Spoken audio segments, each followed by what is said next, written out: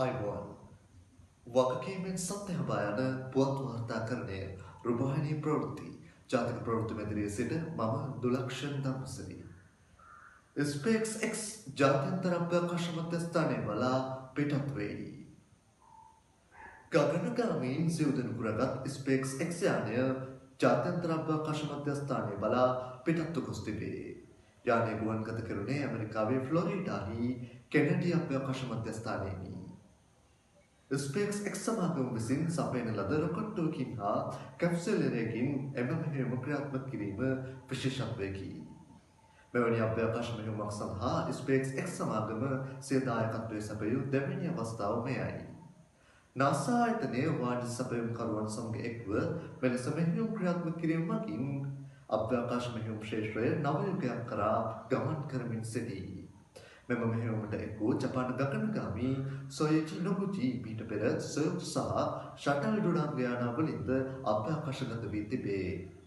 ඒ අනුව එකිනෙකට වෙනස් යානා වර්ග තුනක් අවකාශගත කළ ලොව තෙවැනි පුද්ගලයා ලෙස නොබුචි ඉතිහාසගත වන බව විදෙස් වාර්තා සඳහන් කරයි. ඒ සමගින් අපගේ ප්‍රධාන පත්‍රිකාශය අවසන් වනවා. සුබ දවසක්.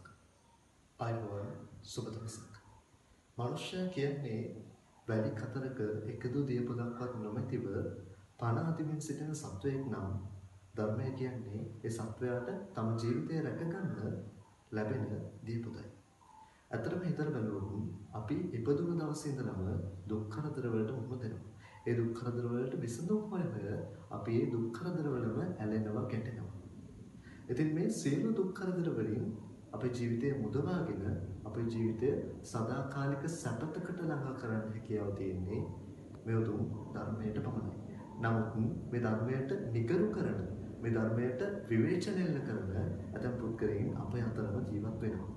කනස්සල්ලට කාරණාව තමයි අපි බොහොමත් ගෞරව කරන භික්ෂුන් වහන්සේලා අතරම මෙවැනි පුද්ගලයන් ජීවත් වී.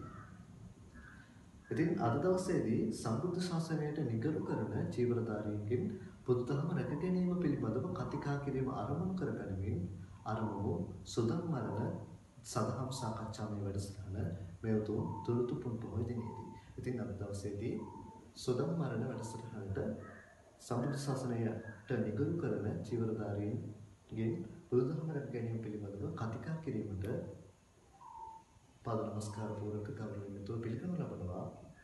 නම කියන්නට අවසරයි රාජකීය පඬිත පූජ්‍ය මුරුත්තනීය සුජාත ස්වාමීන් වහන්සේ ඔබ වහන්සේව. අවසරයි ස්වාමීන් වහන්සේ. ස්වාමීන් වහන්සේ මේ බුදුදහමට නිගරු කරන ඇතම් පුද්ගලයන්ගේ හිතේ තියෙන බුදුදහම පිළිබඳව සැකයක්.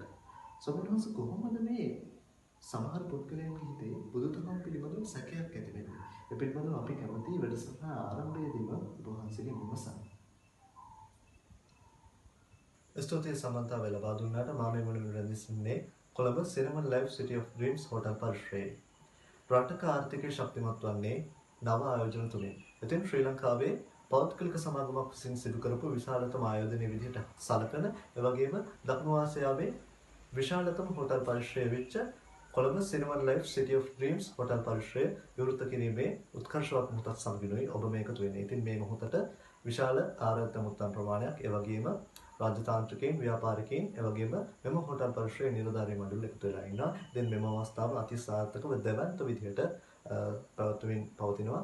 ඉතින් අද දවසේදී මේ ආකාරයෙන් සිනමන් ලයිව් හෝටල් පරිශ්‍රයේ ඉදිකිරීම් කටයුතු වල පළමු වන අධීරයයි විවෘත කෙරෙන්නේ. ඉතින් මේ පළමු වන අධීරයට හෝටල් කාමර 687ක් එවැගේම ස්වීට්ස් කාමර 37ක් එවැගේම සම්පූර්ණ අවන්හල් 12ක් ඇතුළත් වෙනවා. ඉතින් මේ එක කාමරයක් ඔබට වෙන් කරගැනීමේ හැකියාව තියෙනවා රුපියල් 70000 සිට ඉහළට.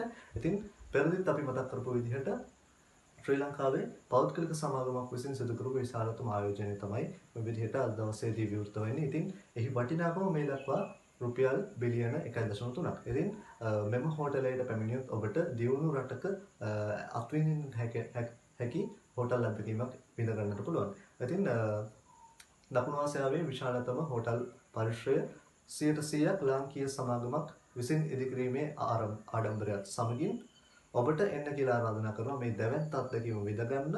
ඉතින් සමගන්නටයි මේ සූදානම. මම දුලක්ෂණ ධර්මසිරි කොළඹ සිනමන් ලයිව්ස් හෝටල් පරිශ්‍රයේ සිට. ස්තුතියි.